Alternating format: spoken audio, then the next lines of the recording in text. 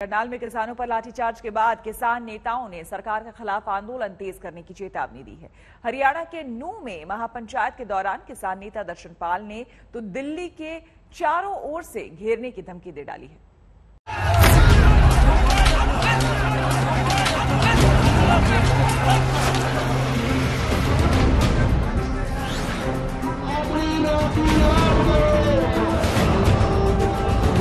इनको किसानों का हर दर्द पता है। मैं तो इतना बोलना चाहूंगा कि जो बातें कही गई है और बाद में भी शायद कोई क्लैरिफिकेशन आई कि 2 दिन से नहीं सो पाए, वो शायद ये नहीं जानते कि किसान भी 365 दिन में से 200 रातें नहीं सोता। इनको अधिकारियों की हद भी पता है और उसके लिए इस तरह की शब्दावली का इस्तेमाल एक IAS अफसर का करना निंदनीय है। सरकार कार्रवाई का भरोसा भी दे रहे हैं। मुझे लगता है कि जब उनको सिखाया जाता है, पढ़ाया जाता है, तब भी उनकी ट्रेनिंग का एक बड़ा अहम हिस्सा है जिसके अंदर उनको इंटीग्रिटी और अपने एक्शंस को बैलेंस करने के लिए किया जाता है। जरूर कार्रवाई होगी और जो बात कही गई है उसका जवाब भी देने का काम। लेकिन सवाल है कि आखिर कब? आप सभी से निवेदन है, कृपया डिस्पर्स करें, यह आखिरी चेतावनी है। विरोध कर रहे किसानों के सिर को लहूलुहान करने का आदेश देने वाले अधिकारी क्या सिर्फ ऐसी बयानबाजी से ही सबक ले लेंगे?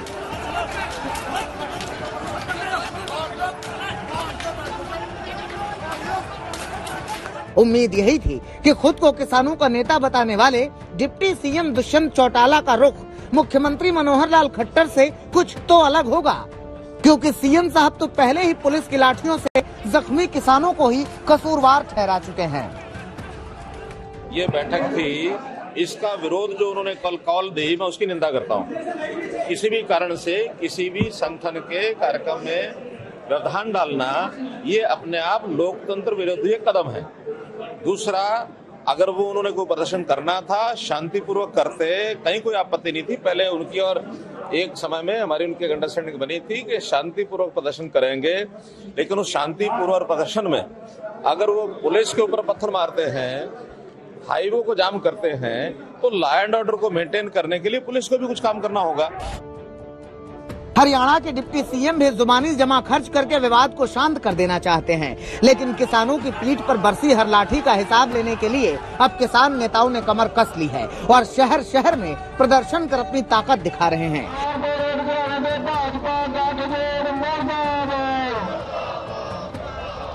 सबसे पहली और बड़ी मांग अब यही है कि किसानों का सिर फोड़ने का आदेश देने वाले SDM पर कार्रवाई हो।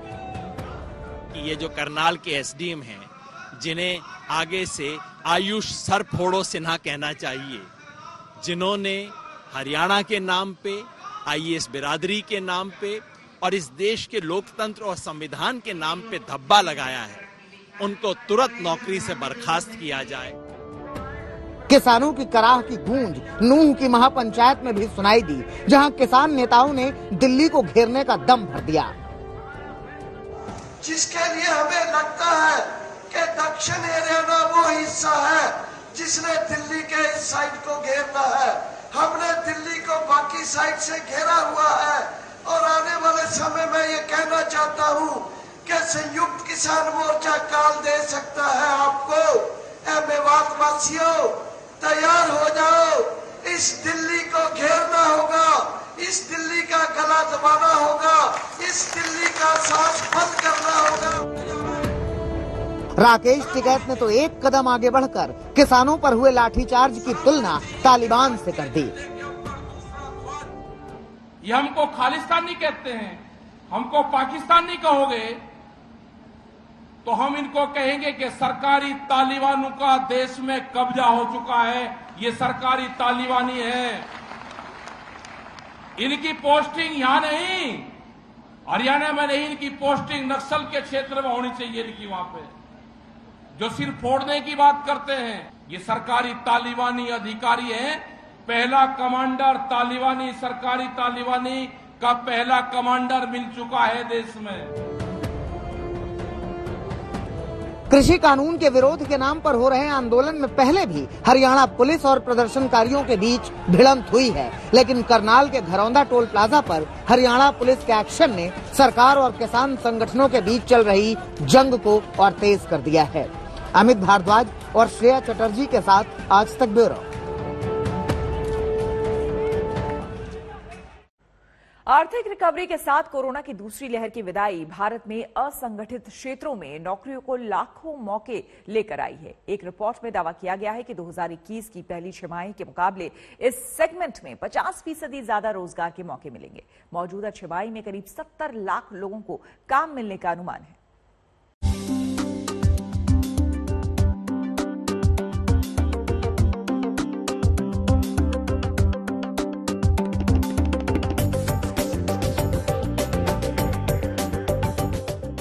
कोरोना की दूसरी लहर से इकोनॉमी के उबरने की खबरें तो लगातार सुर्खियों में बनी रहती हैं, लेकिन इस सुधार का आम आदमी, खासकर असंगठित क्षेत्रों में काम करने वालों पर क्या असर होगा, ये हर कोई जानना चाहता है।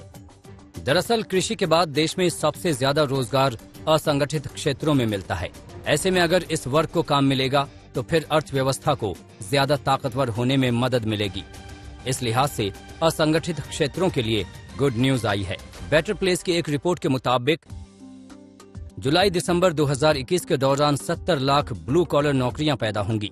जनवरी-जून के मुकाबले मौजूदा छमाही में 50% ज्यादा ब्लू कॉलर नौकरियों के मौके मिलने का अनुमान लगाया गया है। कल कारखानों में काम करने वाले मेहनतकश कामगारों को ब्लू कॉलर नौकरियों के दायरे में रखा जाता है। कोविड-19 महामारी की रोकथाम के लिए लगाई गई पाबंदियों में ढील मिलने और आवाजाही बढ़ने के साथ नौकरियों में इस बढ़त की उम्मीद है।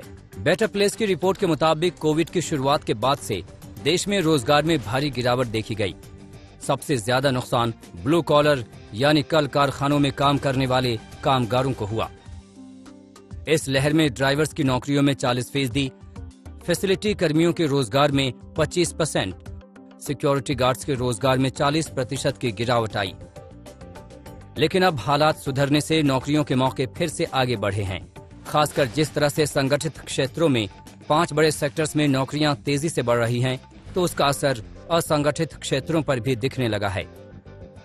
5 सेक्टर्स ने बहुत अच्छी अपनी जो ग्रोथ थी वो दिखाई, जिसमें एफएमसीजी सेक्टर, आईटी, फार्मास्यूटिकल, संचार और ट्रांसपोर्टेशन, इनके 5 के अच्छे परफॉर्मेंस से, अच्छे ऑपरेशन से बाकी इंडस्ट्रीज को भी सपोर्ट मिला, जिसमें टेक्सटाइल्स, अदर इंडस्ट्रीज जो कि आपका कहीं ना कहीं इनपुट देती है। अप्रैल से लेकर जून के बीच में कई हायरिंग्स हुई, नई हायरिंग्स हुई 21 में, और आरबीआई ने 54% के आसपास की ग्रोथ बताई, जिसके अंदर नए जो बैंकिंग फाइनेंशियल सेक्टर्स हैं उनके अंदर भी ग्रोथ देखी गई। हालांकि इन नौकरियों पर तीसरी लहर का खतरा मंडराने पर ट्रांसपोर्ट, सिक्योरिटी और रिटेल सेक्टर में 25 से 50% तक ब्लू कॉलर जॉब्स घट सकती हैं। आज तक ब्यूरो। धार्मिक कट्टरता की खौफनाक तस्वीर। जी हां, ये तस्वीरें मध्य प्रदेश के अलग अलग इलाकों से सामने आई है। उज्जैन से आई है, नीमच से आई है, रीवा से आई है। इन तस्वीरों में आह है, कराह है।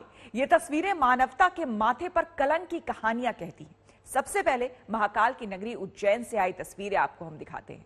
यहां एक आदमी को कुछ लोगों ने पकड़ लिया और उससे जबरदस्ती जय श्री राम कहने के लिए बोला जा रहा है। जय श्री राम बोल, अरे बोल दे जय श्री राम, जय श्री राम, जय श्री राम बोल, जय श्री राम बोलने में क्या है, बोलना पड़ेगा। हमारे गांव में किसको पूछ, तकलीफ तूने गांव में कुछ नहीं, जय श्री राम, जय श्री राम बोल, जय श्री राम,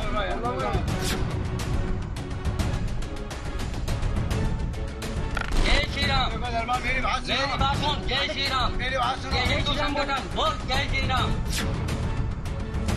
तो बोलो जय श्री राम, वरना चमड़ी उधेड़ देंगे। राम राम बोलने में क्या है, जय श्री राम बोल, अरे बोल दे जय श्री राम, बोलो जय श्री राम, वरना शरीर पर धारियां बना देंगे। बोलो जय श्री राम, वरना जबड़ा तोड़ देंगे। हमारे गांव में किसको पूछ, बोलो जय श्री राम, वरना रीढ़ मरोड़ देंगे। बोलो जय श्री राम, वरना शरीर फाड़ देंगे, सांसें उखाड़ लेंगे। बोलो जय श्री राम, बोलना पड़ेगा। बोल जय श्री राम। धर्म के सबसे बड़े पोषक, मानवता के सबसे बड़े प्रतिपालक, जगत नियंता, दीन बंधु, विघ्नहरण, करुणावतार राम के नाम पर सज्जनता का ऐसा सर्वनाश पहले कभी नहीं देखा होगा आपने।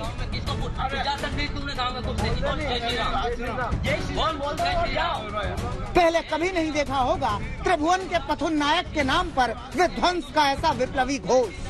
जय श्री राम बोलने में क्या है?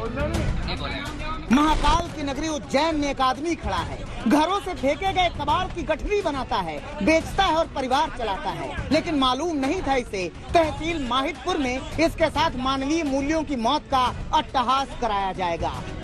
तो बोलो जय श्री राम, बोलना पड़ेगा। जय श्री राम बोल, बोल दे जय श्री राम, जय श्री राम, जय श्री राम बोल, जय श्री राम बोलने में क्या है? बोलना पड़ेगा।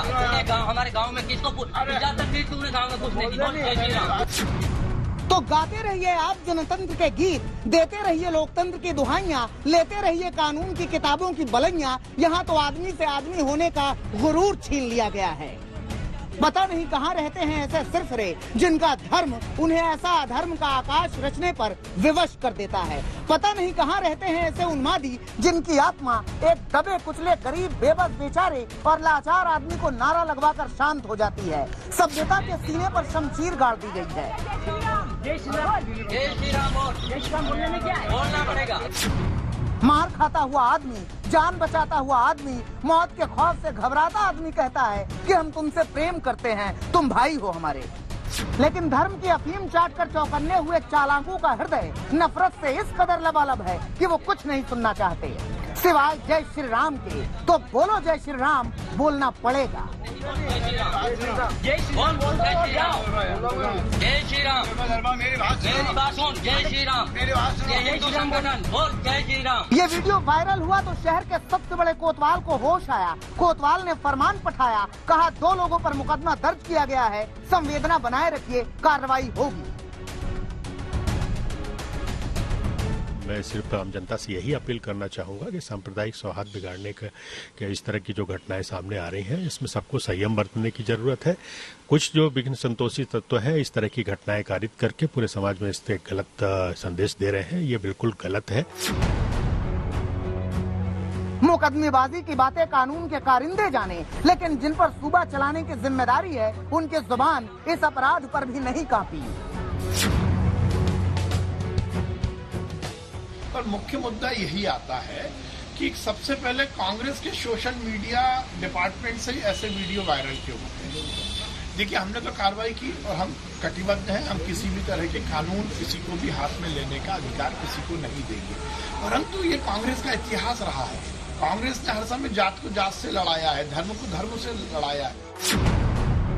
तो कोई क्यों ना कह दे कि सियासी आदमी की शक्ल तो प्यारी निकलती है, लेकिन जब गुफ्तगू करता है चिंगारी निकलती है।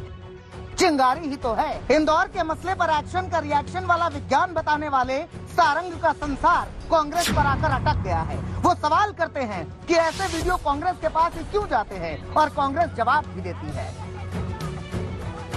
हम सोशल मीडिया हमको माध्यम मिला है, उस सोशल मीडिया पे अगर वहाँ के लोकल लोग हम घटनाएं हो क्यों रही, और अगर घटनाएं हो रही हैं तो आप अगर कांग्रेस बनवाती है तो ऐसे लोगों ने जिन्होंने ये घटना करी है आप उन पे कार्रवाई करोगे तो निश्चित दूध का दूध पानी का पानी हो जाएगा कि हमने कराया है या ये घटनाएं हुई हैं, ये घटनाएं घटित हुई हैं। आरोप लगाना आसान है, कार्रवाई करना कठिन है।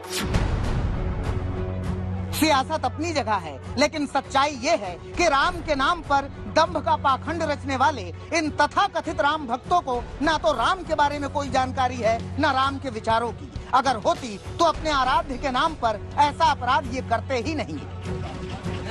अपने आप को ही हमारा ही धर्म सही है, हमारा ही कानून सही है, पूरी दुनिया को शरीयत के हिसाब से ही चलना होगा, इस प्रकार की सोच वाले जो लोग हैं वो सबके लिए भयजनक है। आरएसएस से इनका ताल्लुक है, 1950 में तो आपने तो कॉन्स्टिट्यूशन को माना ही नहीं था, तो इनका बयान सरासर बकवास है और हमेशा की तरह ये सिर्फ सियासत कर रहे हैं और मुसलमानों के ताल्लुक से डर पैदा करने की कोशिश की जा रही है।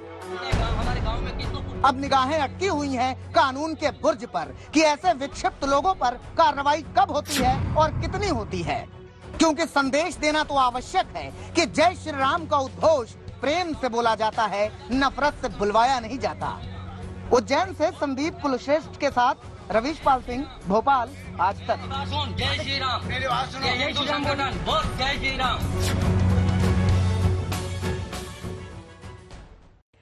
अब सवाल यह है कि ऐसे लोगों को कानून का खौफ क्यों नहीं है? आखिर किसकी शय पर उन्हें सरेराम ऐसे करने की हिम्मत मिल जाती है? जैसी तस्वीरें उज्जैन से आई है, इससे कई गुना ज्यादा भयानक तस्वीरें मध्य प्रदेश के नीमच से आई है। नीमच में कुछ दबंगों ने अपनी गाड़ी में एक आदमी को बांधकर तब तक घसीटा जब तक उसने दम नहीं तोड़ दिया।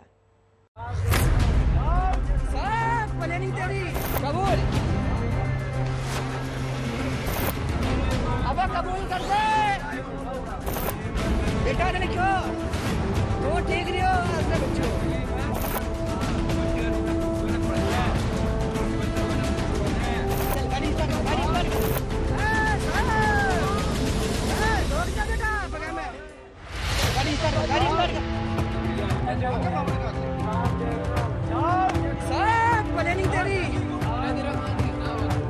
कुछ भी बताएं आपको, उसके पहले ये जान लीजिए कि शिवराज सरकार की डामर वाली सड़क पर घिसटता हुआ ये आदमी मर चुका है।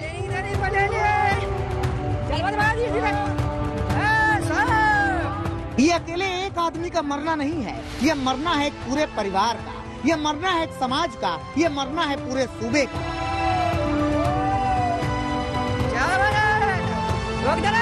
मरे हुए आदमी की तस्वीर पर सन्नाटा मारे बैठे जिंदा आदमियों, ये आदमी मर चुका है। लेकिन मरने से पहले इस आदमी के शरीर को छीला गया है, इतना घसीटा गया है कि पहले कपड़े उधड़े, फिर चमड़ी उधड़ी, फिर मांस उधड़ा, फिर आत्मा।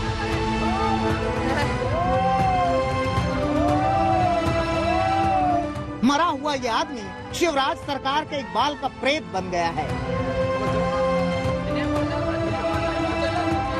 इस मरे हुए आदमी को आप अपने हिसाब से जो मानना चाहिए मान लीजिए। लोकतंत्र के पांव में रस्सी बांधकर गाड़ी से घसीटे ले जा रहे हैं लोकतंत्र को जूतियों की नोक पर रखने वाले लोग। अब कबूल कर दे। तो अपराध की किताबों में जो अपराध लिखे गए हैं, ये अपराध उनमें सबसे भयानक है।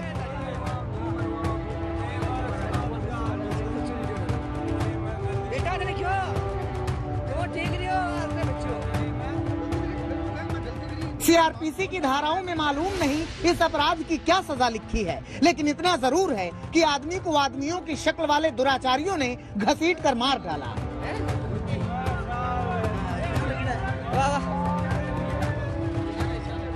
समानता का नारा, सबके साथ का नारा और सबके विश्वास का नारा घिसटता जा रहा है आदमी की शक्ल में मरने तक। देखने की नजर हो तो देख लीजिए।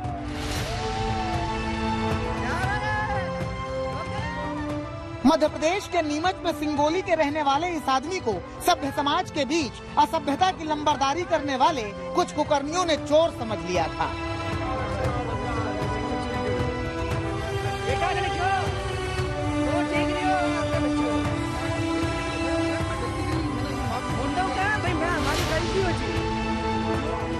इसके बाद तो सब जज हो गए।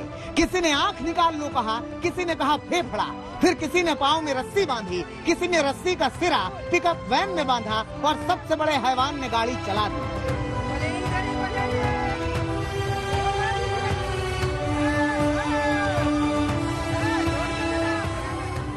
आदमी की चीख नीमच की सड़कों पर रगड़ कर मर गई। किसी ने नहीं सुना, न पुलिस वालों ने न कानून के रखवालों ने। आदमी रोता रहा, गिड़गिड़ाता रहा, अपनी सफाई बताता रहा। लेकिन जिसके जहन में शैतान बस जाए वो यही कर सकते हैं जो ये कर रहे हैं।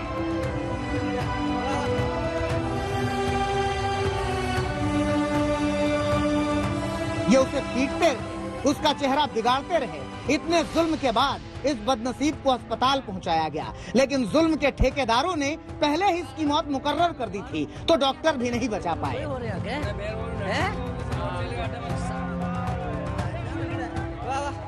तस्वीरें वायरल हुई तो पुलिस वाले साहब भी जागे, और जब जागे तब भागे।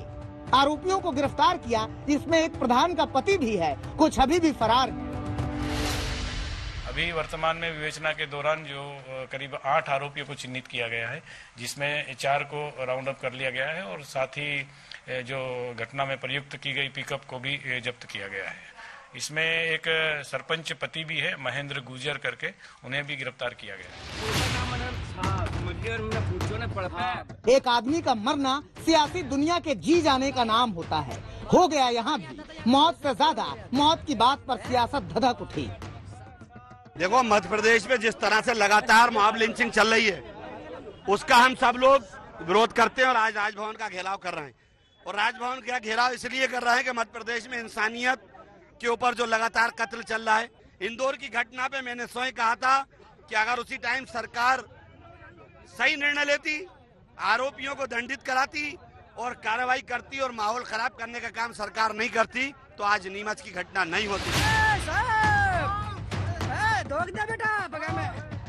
पता नहीं कहां से आता है ऐसा भरोसा, जब सियासी आदमी का हृदय ऐसी घटना पर भी पाषाण हो जाता है। देखिए, हमने तो कार्रवाई की और हम कटिबद्ध हैं। हम किसी भी तरह के कानून किसी को भी हाथ में लेने का अधिकार किसी को नहीं देंगे। परंतु ये कांग्रेस का इतिहास रहा है। कांग्रेस ने हर समय जात को जात से लड़ाया है, धर्म को धर्म से लड़ाया है। बहुसंख्यक समाज को बदनाम करने में हर समय कांग्रेस ने इस तरह की डर्टी ट्रिक्स अपनाई है। मैं ये कहता हूँ, हमने कार्रवाई की और हम कार्रवाई करेंगे। गम और गुस्सा बेहिसाब था, दबंगों के खिलाफ भी और पुलिस के खिलाफ भी। आखिरकार मुख्य आरोपी के घर पर पुलिस की क्रेन चली।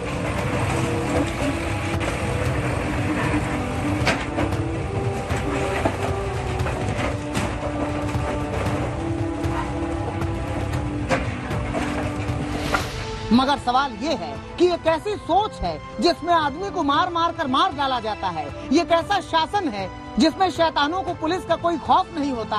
ये कैसा संसार है जिसमें आदमी की चमड़ी का मोल दमड़ी से लगाया जाता है। ये तस्वीरें सवाल करती हैं कि क्या आजादी सिर्फ 3 थके हुए रंगों का नाम है जिन्हें एक पहिया ढोता है? ये इसका कोई खास मतलब भी होता है? नीमच से आकाश चौहान के साथ रवीश पाल सिंह, भोपाल, आज तक।